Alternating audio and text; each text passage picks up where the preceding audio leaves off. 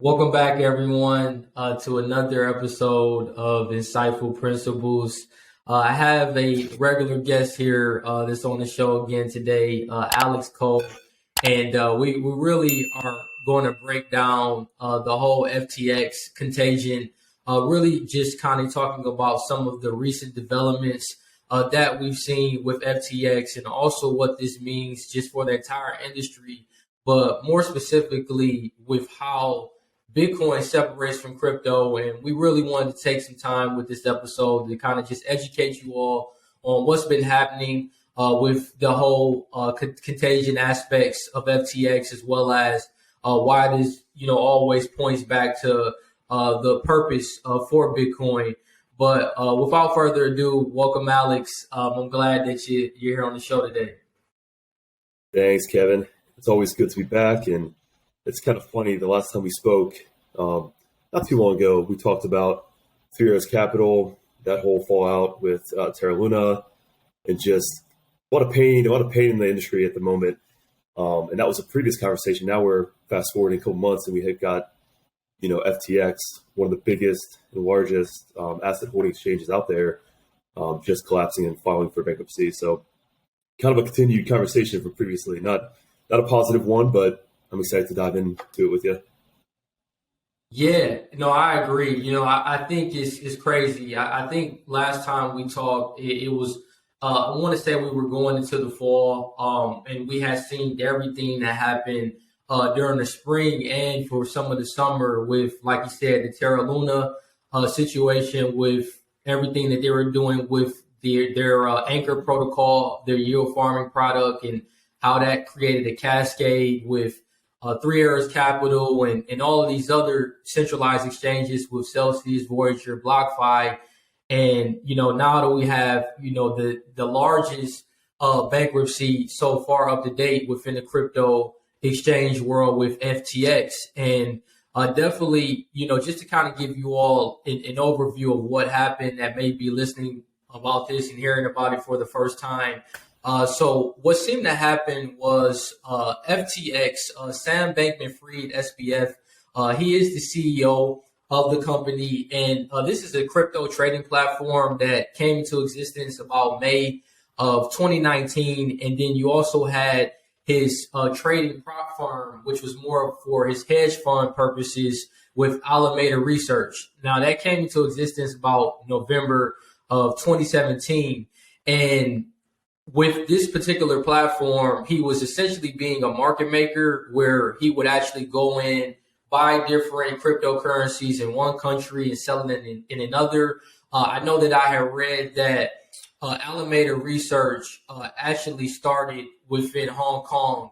And then when he created FTX, that was based out in the Bahamas. So he definitely, a lot of people have been talking about how this was more of, an offshore situation where you have a lot of crypto exchanges that will actually move their businesses offshores to be able to navigate around different jurisdictions, with the U.S. I don't believe, after kind of hearing about how all of this unfolded, they really weren't regulated under a United States jurisdiction. So, this has created, some complicated scenarios with what they're going through right now. But with FTX, it seemed to be that there was a conflict of interest with Alameda.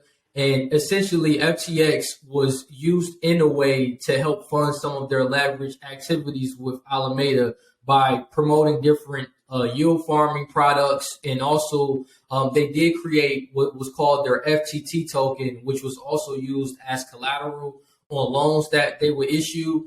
And the FTT token is one of the first red flags that many Bitcoiners had noticed, is that you have a centralized exchange with FTX actually creating their own centralized token, FTT.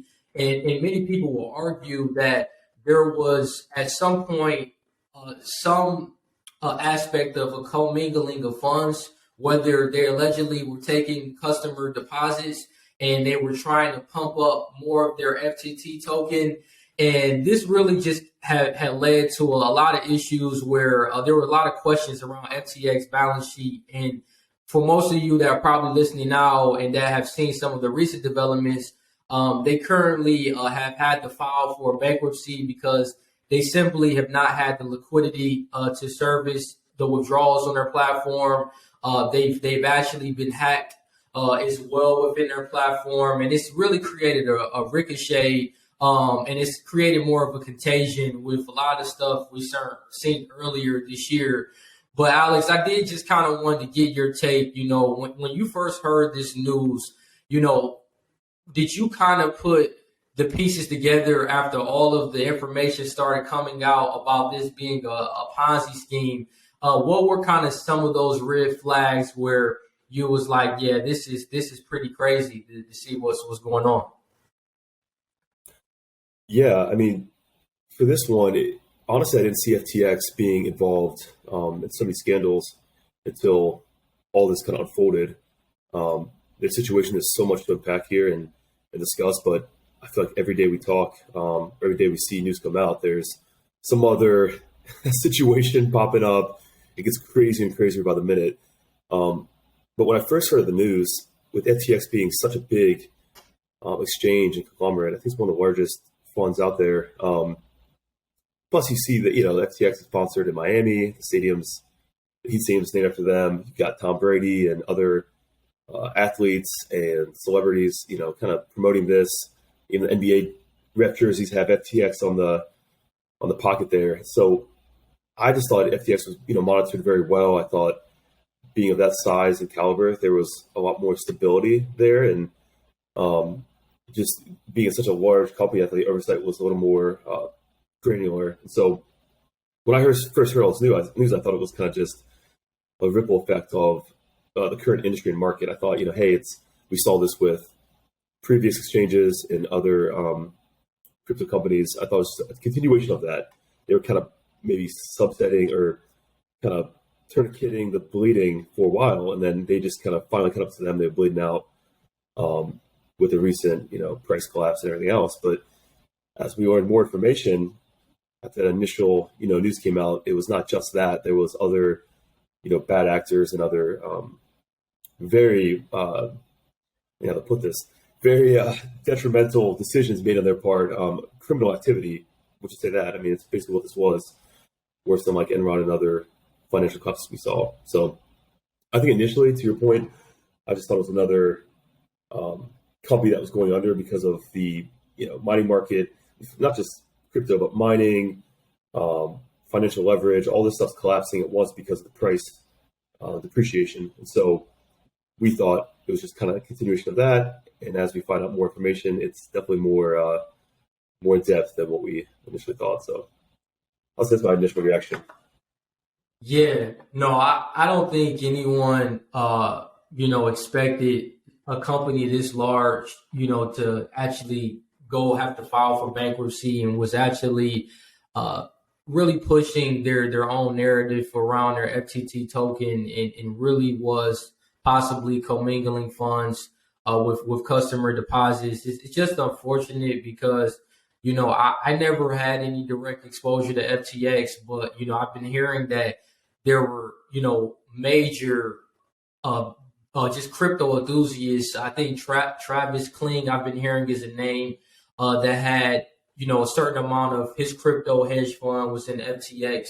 And there just were other people that, have been affected by this. And, I think with all of the funding that they received, when you think about Sequoia Capital, BlackRock, SoftBank, they actually were able to pull in $2 billion in equity. And, I think it's just crazy to think that it doesn't seem like there was enough due diligence, which is crazy to think you have these, billion-dollar hedge fund companies that, really didn't take the proper due diligence to make sure to see if this was a legitimate crypto exchange. And I think, the downfall of that is, I've also been hearing that with a lot of these venture capitalists is sometimes they just want to see if you have users, if you have a market that can allow them to be able to profit and make money. In an FTX, case, they had over 3 million customers. I mean, they had one of the top crypto exchanges. Like you said, they were sponsored Miami Heat Stadium. You had all of these different endorsements from Tom Brady, Stephen Curry. So I think there was so much validation that they probably had seen from just all of these other different endorsements and all of the marketing behind it, where it seemed like a good deal. And, I think the one term that I keep hearing within the Bitcoin community is this ethos around, don't trust, verify, and how, we have gotten away from this important phrase. And I would even say for myself too, I think with me having a channel that's focused around investing, business, and personal finance, there were often times where I would have a discussion around staking and all of these different things that you can do with inside of the DeFi space. But I think that seeing this fallout happen has given me a different appreciation of why Bitcoin was created and why it's a system that is designed to be permissionless. It also is transparent, and it is truly decentralized in the capacity where there's no central authority. There's not an issuer of this monetary policy. It's pretty much self-governed and it's self-sovereign. So, I think that it's really kind of opened my eyes to that and not really wanting to really talk so much about these different ways that you can develop yield within the crypto space, because we can see how the domino effect has really affected a lot of these different centralized platforms. But I did just kind of want to get your thoughts on that. Like, what is your opinion on that as far as like when you think about what's happening now with this fallout, how it's really made us be more reflective on, don't trust and verify, and, focusing more on Bitcoin instead of all of the other chaos that we're seeing in the industry. Yeah, that's great, because it always comes back to our, fundamental principles. I feel like whether it's, we went to the conference this year, we've had conversations repeatedly on crypto projects, but specifically Bitcoin. And when it's all said and done, I feel like we get back to our core values of what Bitcoin is and what makes it such a strong network. And it's been around for, 13 plus years now. And so the network's never been hacked. It's stronger than ever. The adoption rates are increasing, exponentially. And the price is the price. I mean, yeah, it's down at 16, high 16s at the moment. It was 15 yesterday. But like, if you look throughout the history of the Bitcoin trajectory, it's gone up and down the same movement for the past, 13 years. And so this retracement isn't any worse than what we've seen. 69,000 down to 15,000 is any worse from like 20,000 down to 1,000. It's the same, percentage depreciation. But, kind of seeing where FTX came from, they're a relatively new crypto exchange. They've only been around since 2019, and they kind of got into the right time. There was so much private equity money out there and funding. You mentioned Sequoia Capital and BlackRock. 2019 and 2020, there was so much cash supply out there that companies were just dumping money into every project they could find to just give them some value over turn. And so, FTX is the newer exchange. Coinbase has been around I've used them since like 2016. They've been around longer than that. Binance has been around, Kraken's been around. FTX was kind of a new kid on the block, and they came in quick and, hit their demise in less than 4 years. So, I think all this kind of just comes back to fruition of your original question of being, what is crypto? Is everybody thinks crypto is all these projects and all these other let's say crap coins and projects that aren't really providing actual value with inflated prices and faulty ideas. They may have products that work, that have use cases that are beneficial, but is that value indicative of the actual price? Most oftentimes, no, it's not. So you compare these things, everybody kind of lumps in crypto industry as a whole. Bitcoin gets pulled into that.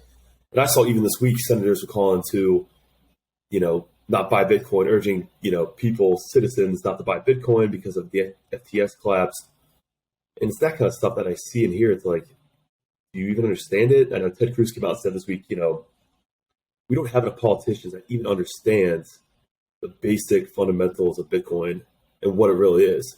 And that point, that exact argument of senators calling out and saying, hey, don't have, citizens and users don't buy Bitcoin. It's part of this whole scandal. It's like, okay, guys, you really don't understand what you're talking about here. And you're just validating Ted Cruz's point and other, Bitcoin enthusiasts and what they've been saying for years, that we need better education and we need, some sort of regulation to make sure this industry is not, this doesn't happen. We don't want this FTX stuff to happen, because not only is it an exchange, but Bitcoin was held on there, and there's other plenty of people that were hurt by this situation. And so I think with all that being said, there's definitely some regulation we need to have take place, some oversight.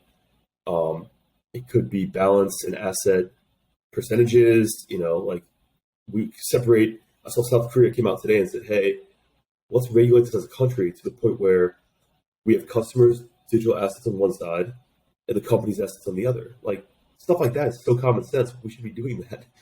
So through all this pain and misery, I think there is a positive, silver lining that can be derived. But I mean, back to Bitcoin, I'm definitely becoming more of a maximalist every day. Every time I see these kind of situations occur and other cryptos, fall, other exchanges collapse, all because of just poor decisions, terrible oversight, leveraging, crazy amounts, borrowing against yourself, lending to other companies. All of this just comes back to, some of the issues that we have with the banking industry, but really just the things we're trying to get away from is these pumped up, inflated values. It's same with the dollar, same with, crypto. It's not a real value. And so that's why I think having this happen kind of benefits. In the end, it should be a beneficial, outcome with tighter regulations and controls. And so we hate to see it. I don't have anything on FTX. I never used FTX, but I know friends of friends that have, and that got hurt by the situation. So it's never a good thing, but I think through it all, people are waking up to the realization that Bitcoin is superior, and it's not this. It's not centralized. The ethos is different. The network is stronger. It's never been hacked. All that just comes back full circle when these things occur. So that's my long-winded answer there. No, that's so true. I think there definitely needs to be more education separating Bitcoin from crypto, because you're making so many valid points about some of these projects may have some use cases, whether we're talking about smart contracts, but I think the biggest distinguishing factor is just kind of market manipulation. I think you have a lot of these centralized projects that are only in it to really pump their own coin, or to just really be more high leverage activities, doing things on margin.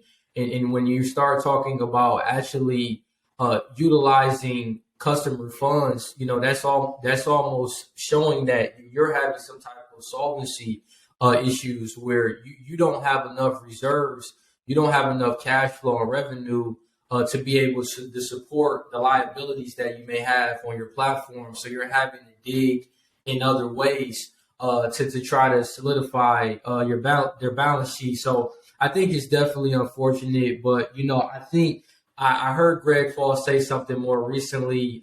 He was on recently with what Bitcoin did with Peter McCormick, and he was in some type of Twitter space. I forgot the gentleman's name that said this, but they basically said that the reach for yield is a fiat disease. And when he said that, I just was like, man, that's very interesting, because it seems one aspect of a lot of these blowups have came from a lot of different leverage activities, but a lot of these platforms, I seen it on Voyager, I seen it on BlockFi, Celsius, FTX, that they're promoting this 7-8% yield, 13% yield. We talk about the Anchor protocol, 20% yield, where it seems as if that they were trying to project this persona to try to lure people in with their different yield farming products. And then as they were able to get that money to come into their business, now they're able to use leverage and create their own coins out of thin air.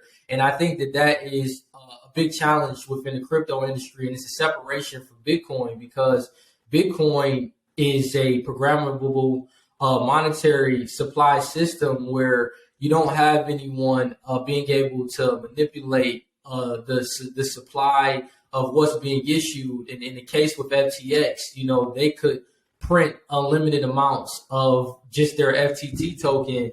And, I think with that reach for yield, I think that really gives you an indicator of, you shouldn't have to promote that so frequently. Like we see all throughout 2021, it kind of slowed down this year, especially when we got in the spring, when we see the Terra-Luna situation. You didn't see as many yield, just farming products. But what are your thoughts on that? Like when you hear that term, the reach for yield is a fiat disease. I thought that was pretty interesting. I love that that statement. I haven't heard that till you brought that up, but no surprise, it's coming from the master Greg Foss. So that's a great, and he's good at those zingers, those one-liners. He comes in and just kind of blows my mind every time I hear him talk. So I think that's a great, valid point. I mean, what is giving you that yield of 5%, 10%, 20%? Like, that's not an investment that is validated to be even producing that kind of return. It's not a company like if Apple told us, Apple, Tesla, Amazon, said we get a 10% return back in our account every year automatically. Like, that's an automatic. It's not like it's open to fluctuation. It's pretty guaranteed return. That would actually that'd be mind blowing for one, but it would make sense because look at the value of these companies and what they're producing. We're talking these projects are just, to your point, harvesting investors' money to just basically kind of like, it's almost like a startup phase, like seed A funding, where we're the investors, like crowdfunding these projects, throwing cash at them, and they don't even have a minimum viable product or even a working solution yet. They're just taking this money and kind of developing out of thin air their crypto project, their coin. What's that coin even doing for us or even the economy? Like, is there any real value in that project or benefit? We've kind of reversed this process. It's unregulated up until this point. So I think a lot of companies took advantage of that. It's the point where they know they can start a coin, an ICO or some kind of token that will come out, and just they can gather that money from investors in sort of like crowdfunding activity. So, we never saw this before. We saw normally if you want to be an investor in an IPO, you've got to be accredited, and there's minimum, thresholds to even invest at that level. So it's kind of sad to see this, but I think we've gone too far and backwards in this whole process. And to your point, those yields, they're not realistic. It's a ticking time bomb of when it's going to blow up. In the beginning, I thought there was some yield projects that made sense that I thought were cool, but the more I think about it and the more I look into it, it's another gaming of the system and ways to capture cash and use that cash for either their own benefit for the company or sometimes fraudulent activities like we saw with FTT. They were giving out their own coin to Alameda and getting money back in dollars and other cryptos. It just the lending right there alone gives you some, eerie feeling that this is not a sustainable solution. And I'll say one more thing. I saw Sam-Bankman Fried at the Bitcoin conference. I don't know if that was last year, with this year with you, or I want to say it was the year prior that he spoke and he's like, "Yeah, I'm fine with 100x leverage. That's it doesn't matter. Leverage is not a big deal. This is how we can make more money." He was saying stuff like that. And thinking back on it in my mind, that's a huge red flag right there. 100x leverage. You know how dangerous leverage is with getting liquidated or stopped out or margin called. It's just, that alone, just thinking back on it, that's a red flag that I noticed. And I don't even know the guy, but that was in front of thousands of people. He said that. So yeah, that's crazy. And I think I don't recall hearing SBF at the Bitcoin conference this year. I'm not sure. I know I didn't go to the one in 2021, It's about But 21 then. Yeah. but yeah, no, I mean you're absolutely right, man. That definitely is a red flag. I know his girlfriend, that so called was the CFO of Alameda. She played a major role with their so called risk management protocols, and It's she bizarre. basically had a recent video where she's talking about we don't place any stop losses, and really making a game out of just when they're handling people money. And I think that, that's a lot of things that people have been talking about as far as red flags, having, the team that they had around them, they all were very young. And then doesn't seem that there was any type of board of directors or any type of compliance departments just involved with the company to help be able to balance, some of the risk. So, I thought that was pretty, pretty interesting. And, a lot of people have also talked about how, Alameda was actually the main market maker of the FTT token. So they actually were the ones that bought and sold a majority of FTT on the FTX exchange, which allowed them to set the price for the token. So I think that that's just a big conflict of interest where, you Oh, have yeah. two companies, owned by the same person, and you have your previous company actually going in and pushing the Ponzi and keep continuing to kick the can down the road. And I think with the yield products that all of these companies were offering, a lot of people weren't aware of the counterparty risk. And as Bitcoiners, we always talk about how, don't put your keys on the exchange, own your own private keys, really take the financial responsibility and the custody of your Bitcoin. And probably the funniest analogy or example someone has said more recently is it's kind of like when you're going to a public bathroom. That's how you want to approach centralized exchanges. You want to go in, do your business, and you want to get out. And I think I've heard that that one. That's funny though. when it comes to buying Bitcoin on these exchanges, or if you are a crypto enthusiast and you see that there's other coins that have interest, you want to make sure that you're taking custody and that you're moving it off these platforms. And I think those yield farming products was a strategic way to keep people on the platform, keep their funds on the platform, so that way these companies have liquidity if they need to be able to take more positions with their leverage opportunities and pushing more the narrative around their centralized tokens. So I think that was just a big conflict of interest, a red flag that I was noticing. And I wanted to kind of get your thoughts when Coinbase first came out with that article of Alameda's balance sheet. This really just kind of created a domino effect where it was really shown that a lot of their balance sheet was backed by billions of dollars of the FTT token. So a lot of people were like, including CZ, which is the CEO of Binance, was thinking that this isn't backed by any real value. They didn't have Bitcoin. This was fully backed by their own centralized token that they created. So a lot of people could see the illiquidity. And I wanted to kind of just get your thoughts on that. Like when you see that balance sheet was kind of, out there for everyone to see, were you kind of surprised by ZZ's reaction on kind of what he tweeted about the whole situation that he was going to sell like 500 million dollars of the FTT token? Well, what did you kind of think about that? Yeah, I thought that whole situation was crazy. Just how the dialogue between those two, the tweets. That's the first time I started kind of catching on to this. It's like, okay, why is he coming after, kind of coming after FTX?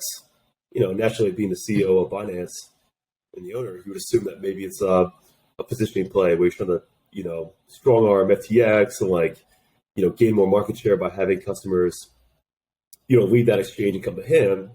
They're market competitors. So that was my initial thought. He's throwing jabs and he's trying to just take some low shots on SBF. But he was just kind of raising the red flag and saying, hey, this is not, they're creating this FTT token out of nowhere. They're just basically hitting the print button and inflating their own assets by just having their own token on their exchange as a major holding, which is, if you're mixing it in with some Bitcoin and some Ethereum and you've got other digital assets, at least you got a little bit of spread of risk here. But essentially, they were not doing that. They were loading up on their own token and selling everybody else's assets or holding their assets somewhere else. And so when CC came at him, I was kind of like, okay, I thought he was also trying to kill the value of the company as well. So he could come in and buy it, because that's when, the conversation of acquisition started arising, was around that same time. And so I thought he was pulling like an Elon situation, trying to, drop the value of the company, come in and buy it at a lower cost. But then when actually all the stuff came out and it unfolded, we realized that, hey, he's just telling people that this is what's going on here. It's an over leveraged situation. It's a lack of funding and holdings, and then it's also an over leveraged position in their own company that is being held, which just can cause, you don't want to invest all your eggs in one basket, and that's what happened here. And so, the situation is crazy. I think he did some good by coming out and raising the flag here, because either way, it didn't affect the outcome, but who knows how quickly this would have unfolded. It could have maybe been another 6 months or a year of people not noticing this, customers, everyday customers like you and I, investing in this company, holding our assets on their liability sheet, and getting, more people basically, caught in the scandal. So I think he kind of did what was best, called it out. It should have happened sooner.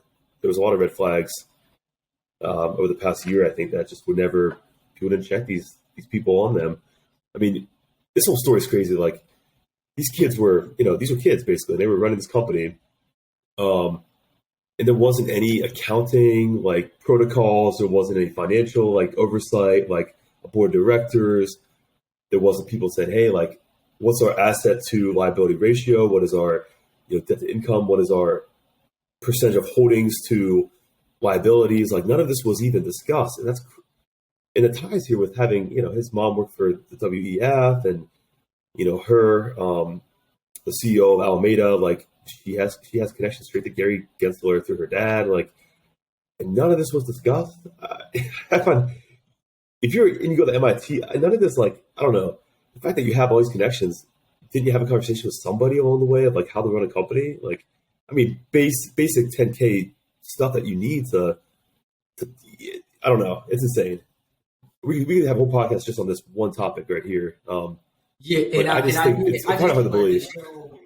I didn't mean to interrupt you. I did just want to show what you were talking about with the connections, because this is a graph that everyone has been showing, which is the connection with Caroline, SBF's girlfriend. Her dad was actually the professor of economics of MIT, and was the former boss of Gary Gensler. So this is the connection that a lot of people have been talking about. But I didn't mean to interrupt you, Alex. You can keep going.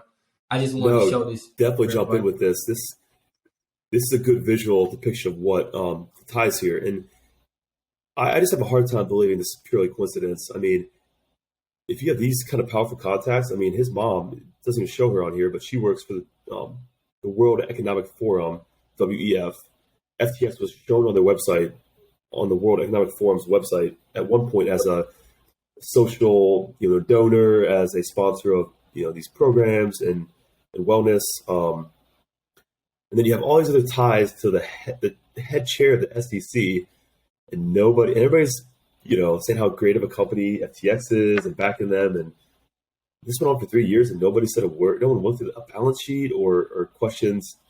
I mean, Tom Brady's investing $600 million in FTX. Aren't you going to, like, as an investor, I do my due diligence and read through things and ask questions.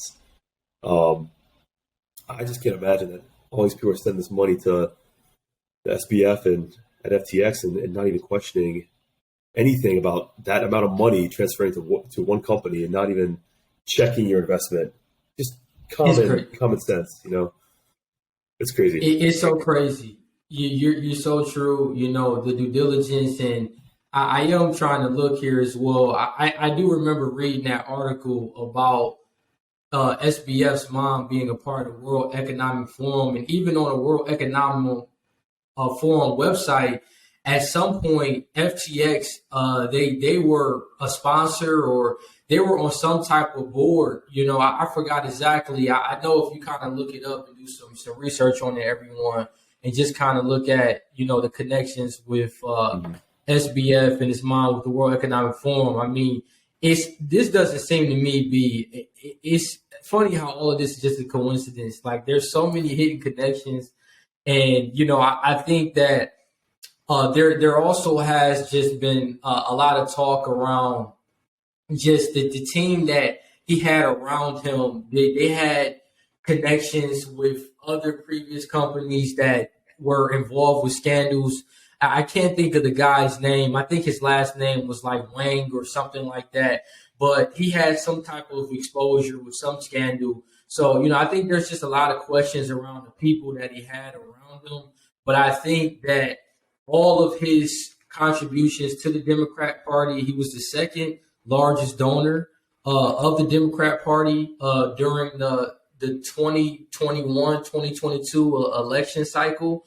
So that just goes to show that he had, even if there was some, crazy things happening in the background, he had he was supporting all of these different politicians and all of these other venture capitalists where it was kind of going under blind eyes. No one really knew what was happening. But, I did kind of also wanted to break down that they also stated with the balance sheet that he had about Coinbase actually reported that a majority of the assets were in altcoins. So he had about 3.37 billion in crypto, and that mainly was composed of Solana.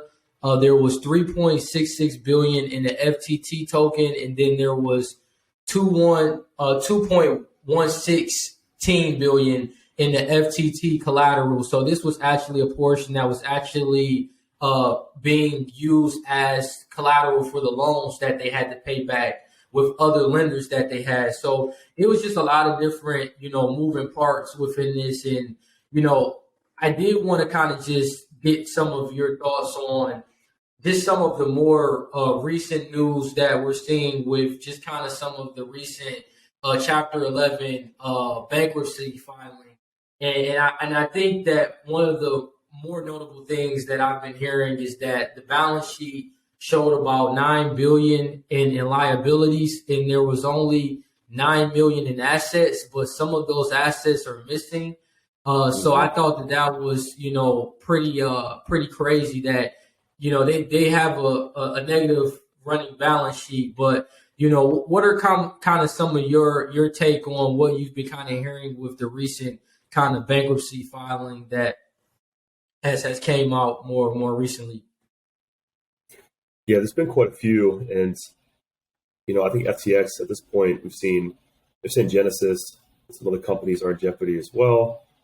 But I think FTX probably will be the biggest impact that we've seen on crypto exchange company and how, if it fails, how big it, is and how it's tied into so many other creditors.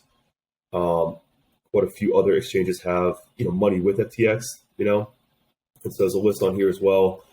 The ones that are tied into it, the ones aren't. I mean, there's definitely a lot more financially stable companies out there. Coinbase recently showed their balance of Bitcoin, and then they show how much they hold for Grayscale. So I think, honestly, this provides us with more of a foundation to build off of, like, where do we go from here? And I think there'd be more clarity and transparency in the industry because of this. But I don't know how many more Chapter 11 bankruptcies we're going to see this next, couple months that could have been affected directly from the FTX situation, or just, vicariously through the pain we see in the market right now. And that same pain affects mining companies for Bitcoin, and everybody's feeling the burn, not just, for crypto, but it's a macro thing. There's a lot of macroeconomics that play into all these insolvencies and issues. But I wouldn't just pinpoint one market, but this whole FTX situation definitely doesn't,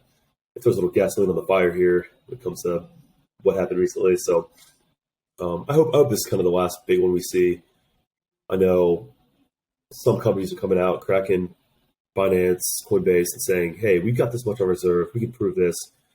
Now, I guess someone could say, hey, are these actual numbers? Like, show us the actual amount, are these inflated numbers? Somebody has to do some forensic accounting, research on these companies. But I'll tell you right now, Coinbase is, it's a public company. It's regulated in some way by the FCC. I don't have any, or SEC. I don't have any issues with, I believe, them because of the fact of where they are, what they are, and how they're regulated.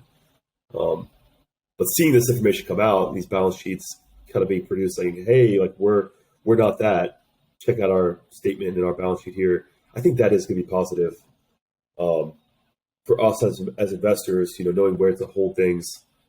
You and I are big proponents of not keeping things on exchanges, not your keys, not your coins. We always talk about that.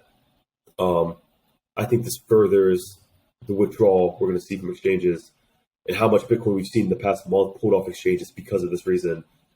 It's going to teach people custody. It's going to teach people security and be a big validator of truth and trust in these financial institutions in the crypto space. So hate to see it, but I think it just kind of further. If you asked me a year from now, I would have probably never guessed this would have happened. So makes me learn a lot through this as well. I think I know pretty much about custodial rights and the best way to protect my assets. But I think even through this, I'm kind of like, okay, shoot, well, who's next? Should I be pulling my stuff off, Coinbase, Binance? I'm not saying that at all, but it makes you think, through these situations. Yep.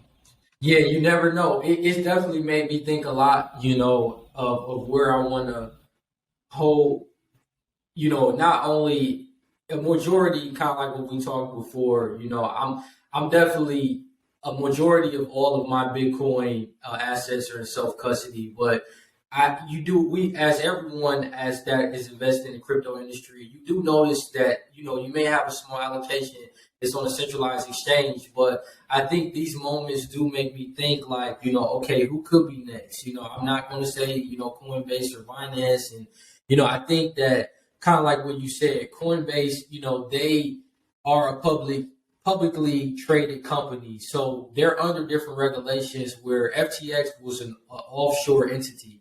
So they had a little bit more free reign on, as we could obviously see, on what they could do with their different, just lending protocols, what they were doing with their finances as a crypto exchange. But, I think that this definitely has made me think a lot about self-custody and making sure that if I am going to buy Bitcoin on a centralized exchange and I want to keep some of it on there, for whether that's transactions that you're sending money to someone, or I know a lot of people that have Bitcoin-based businesses, they'll transact in Bitcoin and they may have to use these centralized exchanges to move money back and forth.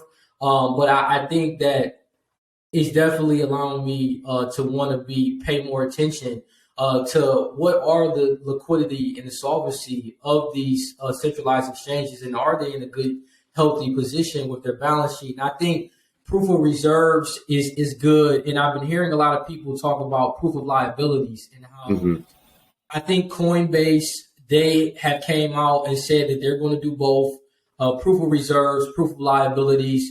Binance right now is only doing proof of reserves. They said that, they're thinking about doing proof of liabilities, but I don't know when they are thinking about kind of making that transition. And I know the Kraken also, like you said, they both do the proof of reserves and proof of liabilities. I thought it was funny because I heard there was an exchange that came out and basically said they weren't going to do it. They weren't going to do proof of reserves. I can't think of the exchange right now.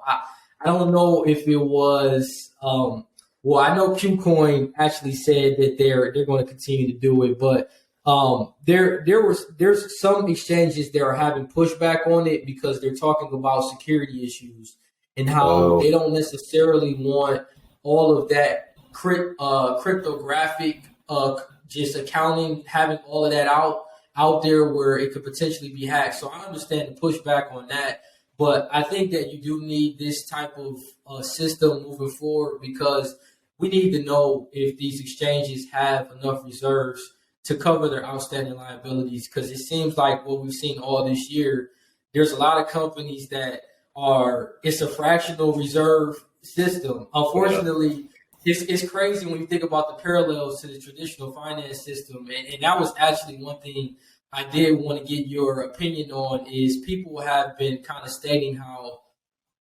with these central banks and with our commercial banking system, there is a backstop. You have the Federal Reserve.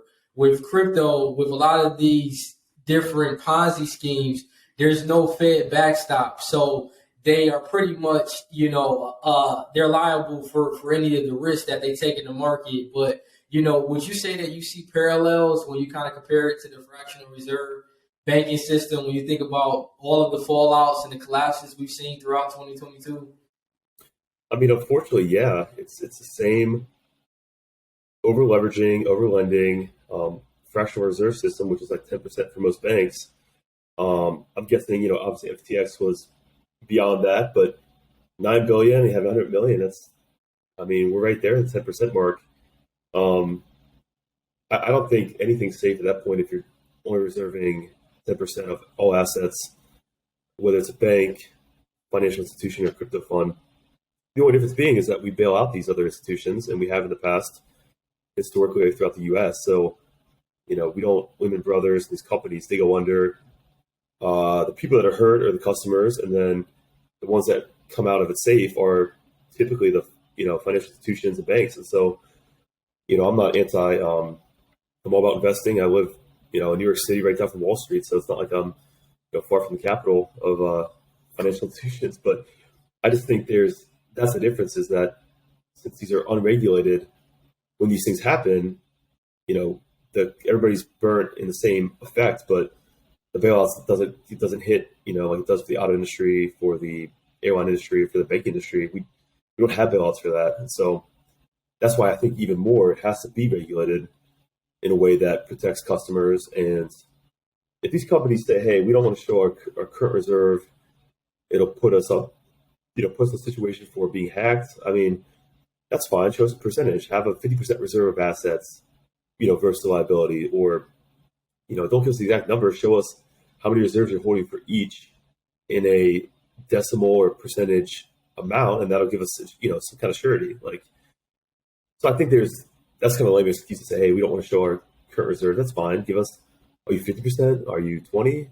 Are you 10? You got to have that number. That's a great point. You should have the data somewhere, So I think there's going to be some clarity that comes out, and it's frustrating to see people get so frustrated with crypto when it's no different than what the banking industry does. It's just the difference being is they get bailouts and we may not. And I think some of these companies should go under. Yeah. Some of these products are not good projects. Let's be honest; they're not Bitcoin. Yeah, that's true. And it actually was Grayscale. It came out on Monday, November 21st, and they said that they weren't going to do proof of reserves due to security concerns. But I do agree with you. I think there needs to be similar to the banking system. Well, what is your reserve ratio requirement? What is the percentage of your reserves that you have to have in your company, and to be able to solidify that you can be able to pay out customer withdrawals? I think a lot of times what we've seen throughout the whole year with these exchanges is they can't handle a bank run. Now, the difference with, like you said, with our commercial banking system, if there's a bank run, well, hey, you get a call tomorrow, the Federal Reserve, they'll send you some money, and everything is good to go. So, I think that there's going to have to be more disclosures.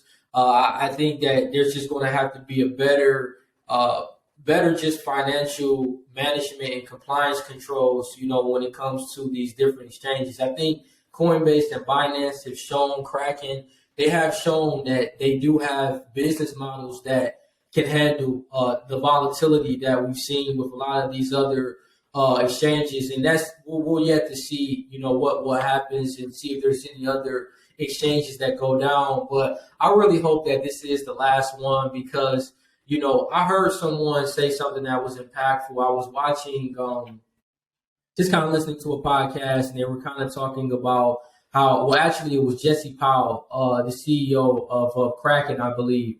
He talked about how, this is going to put the entire industry back, for a few years, just because it's no different when you think about, he compared it to Mount Gox, which that happened, I want to say sometime around 2015.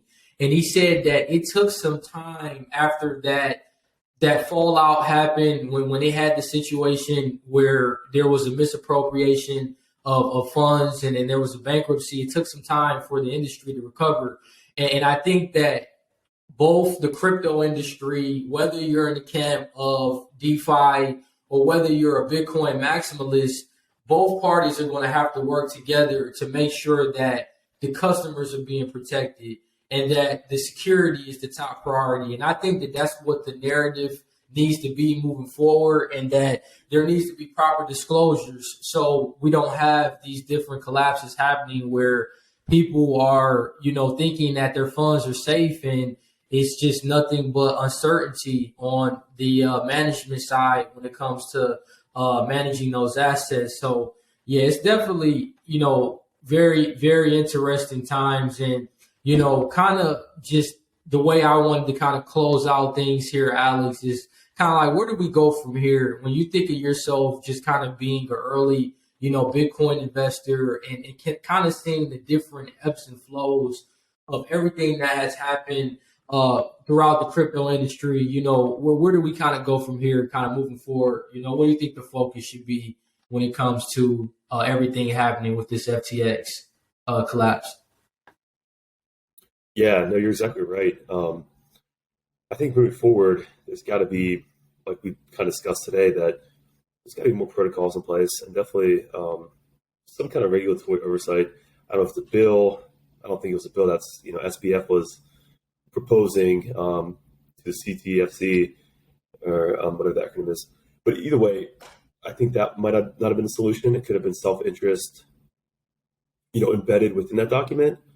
I know you said that over. I didn't read the whole thing yet. You might know more about that, but I just think there's got to be, not that specifically, but look at the senators and people that are actually adverse on Bitcoin. You got Ted Cruz, Senator Loomis. Listen to those people. And as I think time goes on, we'll have more politicians kind of rise up that are actually knowledgeable, maybe younger and more, more educated in the crypto and blockchain space, to propose bills that will be beneficial. But we're not there yet. I think in the short term, we need more transparency from exchanges, whether it's reserving assets and liabilities, kind of that transparency of financial health and strength. So that's an immediate thing that we need to see as customers, but also, projecting this out the next 3 to 5 years. It's been talked about for years, regulation, this and that. It's got to be meaningful, but also beneficial regulation, to the point where it's not regulating us out of the space, making it possible to be Bitcoiners and own and hold and trade and transfer to each other as a form of payment or just as an investment vehicle for us long term. It's got to make sense. And so I think we can't just slap the bill on the table immediately out of these turmoil situations and kind of expect this to be like, hey, we can't use crypto, we can't use blockchain. Bitcoin's the same. It can't be a blanket bill that covers the entire industry. I think it has to be very well thought out and constructed to the point that we don't lose out as a country. I think there's a ton of benefit here. Another announcement that came out recently is that Exxon, no, not Exxon. Yeah, it wasn't Exxon. One of the major petroleum producers is going to start mining Bitcoin in 2023. Like, this isn't going anywhere. It was Exxon. Okay, yeah. It was Exxon. Yeah. So like that kind of stuff, like we're not just the small majority now, small minority. This is becoming a majority issue. We got companies of that stature and size wanting to allocate their resources and invest in the space. And so, you're in Texas, you're going to see a lot of that because of the way they made the state a very crypto-friendly state when it comes to mining Bitcoin, when it comes to energy usage, wasted energy resources that are being consumed back into the grid through Bitcoin mining. So we can go down this whole rabbit hole all the use cases of Bitcoin, but I think to your point, I think regulation has to happen. That's got to be in the short time frame here, but it has to be done well, and it's got to be a bipartisan issue. It can't just be the government coming out saying, "Hey, here's this bill," and slap it on, and make us all kind of abide by it when they don't understand it themselves. They can't even speak to what it is. Very few politicians can actually speak to what it is. And so I think there has to be education first, and then regulation and decision second. But for us customers, I think we need to know a lot of transparency from exchanges to kind of see what are their protocols for safety, security, and also reserving. If we all go to the bank today, pull out our cash that we have it shows in our account, which isn't really there. But if we try to pull all that cash out today, we'd see the same thing happen with FTX. The exact same thing. It's no different. So we need to make sure that our funds are in our accounts, whether it's crypto, fiat dollars or whatever. So I think that's where we're headed. That's a great point. And speaking about the regulation, because there have been a lot of talks about that as far as I think the difference between Bitcoin and crypto is Bitcoin is a commodity and Ethereum is a security. And I think that with regulation, especially with what the bill that SBF was trying to pass, it actually was called the Digital Commodities Consumer Protection Act. And he was essentially trying to make all of these crypto securities actually be commodities, viewed as commodities. And that's where a lot of Bitcoiners have a lot of pushback, because what makes a security is usually the SEC goes by which the SEC is the Securities Exchange Commission. They have what's called a Howey test. And as long as there's a company that there's an investment of money and it's a common enterprise and they have the expectation of making a profit and it is derived from the efforts of the people within the company, this is classified as a security. Whereas you can tell when you look at Ethereum, when you look at Solana, there's clearly, obviously, a centralized protocol with the expectation of a profit, whereas Bitcoin is more of a commodity. It's looked at as a global reserve asset and is viewed as, gold or oil or wheat, anything that is a commodity. So, I think that there has to be education with that big difference right there, and understanding that if you are going to regulate the industry, allow the CFTC, which is the Commodities Trading Futures Committee, allow them to regulate Bitcoin, and then allow the SEC to regulate all of these other crypto tokens, just like you see in the traditional stock market. That's the way I think that a lot of people are thinking the direction that they should go in. But I think it's a lot of education, because I even see it on CNBC, like they're trying to compare Bitcoin and crypto. And I'm actually going to title this episode, Bitcoin, not crypto, because I think that it needs to be a lot of education just from that difference, and just from the monetary supply, the economic standpoint.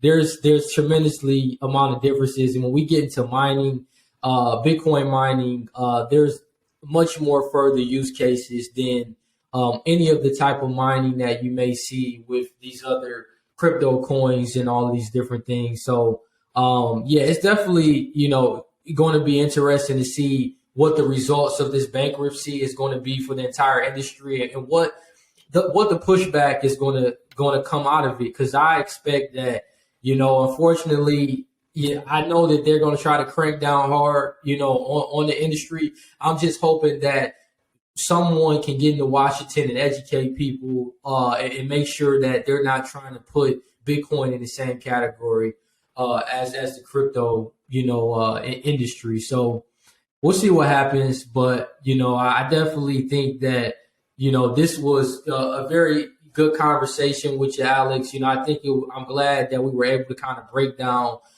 everything that happened with FTX, as well as what we think should happen with the industry and what will be the results of this. But, is there any kind of other lasting words or anything that you want to share with the audience before we get off?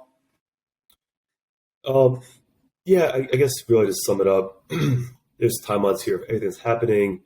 I'm sure this list will grow exponentially over the next, 6 months to a year as we find out more information. But I just hope they don't take this as a reason for oversight. There are times where they exploit these situations and make it into a way to we got to protect everybody, so we got to pass this bill and just kill the industry. That's not the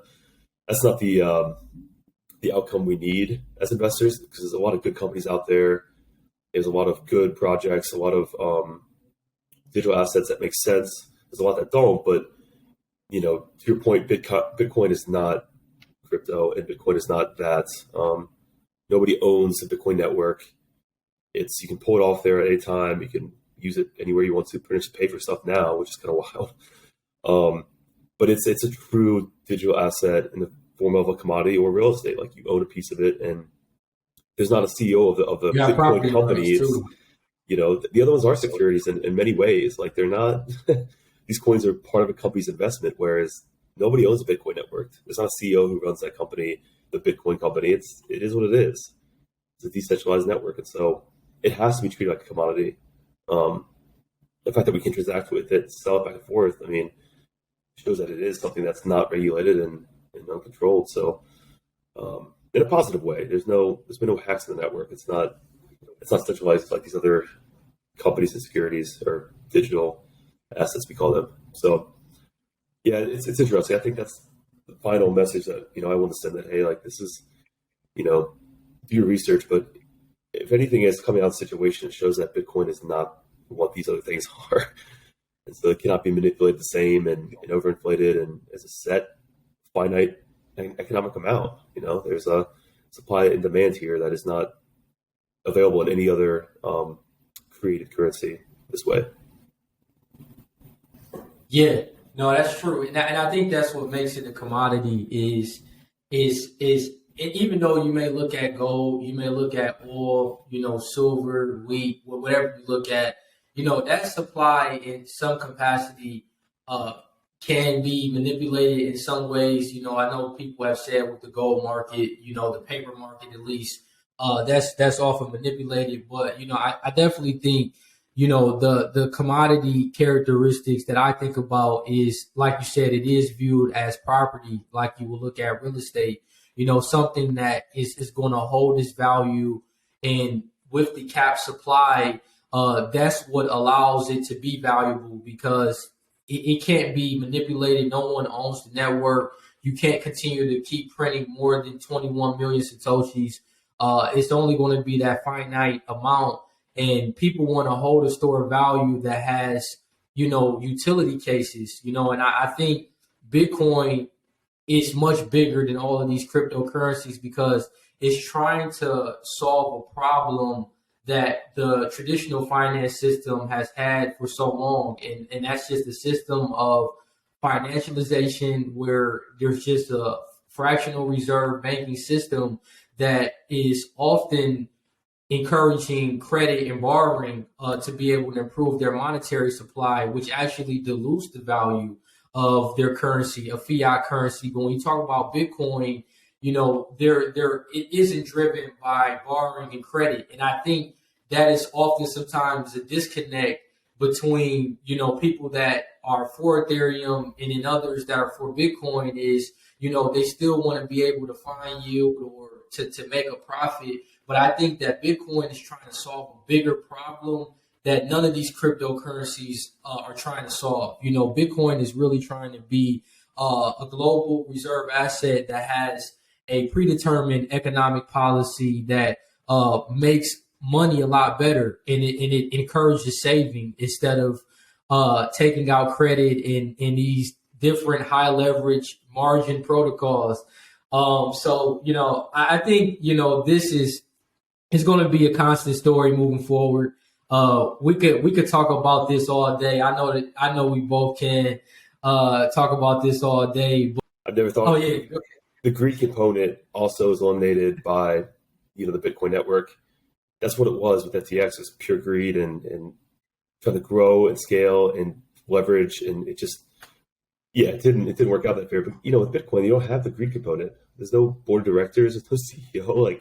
it is what it is. It's running for 13 years. It'll run for 100 more. Like, it's not going anywhere, and there's no human actors that can get in there and manipulate the balance sheets and pump the price and split things off and fractional reserve. It is what it is. It's a pure, like Craig Foss always says, it's it's economics, it's social, it's governance, it's non-sovereign, it's all these components that you cannot replicate in other systems, and they tried, and it's basically irreputable. So pretty cool to think about that. Everything popped in my head, like, that takes the greed out. FTX was all about greed, and Bitcoin is the complete opposite of everything that went wrong with FTX and other cryptos we see. So yeah, no, that's so true. And I definitely want to tell everyone, can continue to, rate this podcast and leave a review, continue to share with your family and friends. And also, if you're listening on the YouTube, if you could also just kind of subscribe, like, and share this video. It's always greatly appreciated. And Alex, how can everyone just kind of connect with you and kind of just learn more about what you're doing as well? Yeah, you can connect with me on Twitter. It's at Alex L. Cole. I'm on Instagram also. It's the Alex Cole on Instagram. And then those are my two main forms of, let's say, communication. I don't have a ton on YouTube, and then Facebook's more kind of personal, but I think Instagram and Twitter are the best forms to kind of keep up with things. So I'm always involved in That's good. So I'm always tweeting about that kind of stuff, information. Oh, yeah.